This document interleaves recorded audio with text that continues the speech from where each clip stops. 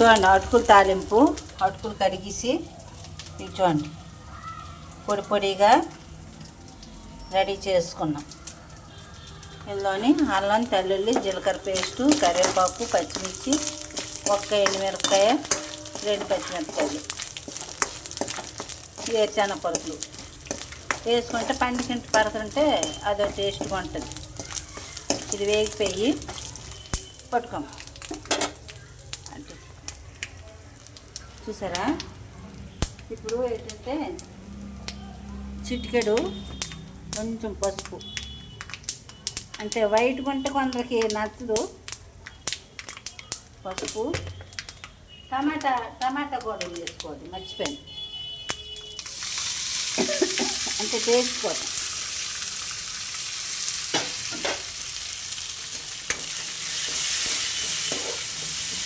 చూసారా పలుకులు అవన్నీ వేగిపోయి ఇప్పుడు టమాటా కూడా వేగిపోతుంది.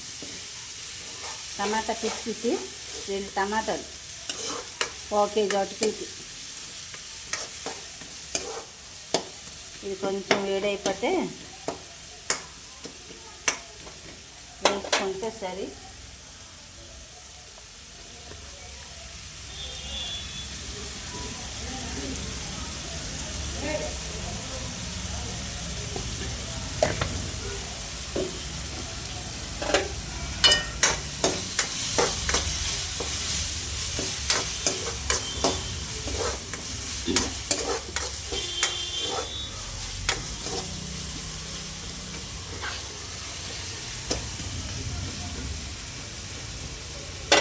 చూడండి అది కొంచెం వేడకపోతే చాలు. పచ్చివాసన పోయేంత వరకు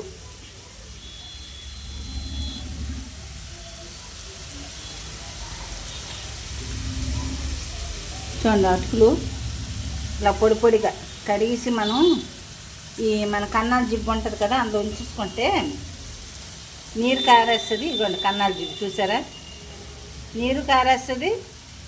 అటుకులు కూడా పొడి పొడిగా అయిపోతాయి.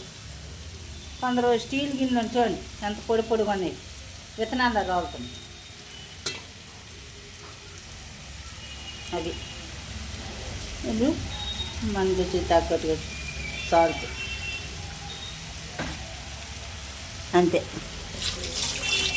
తెరమాత పెట్టేసి దించేయడమే. ఇందులో వాటర్ ఏమి కలపరు, మీకు తెలిసిందే కదా.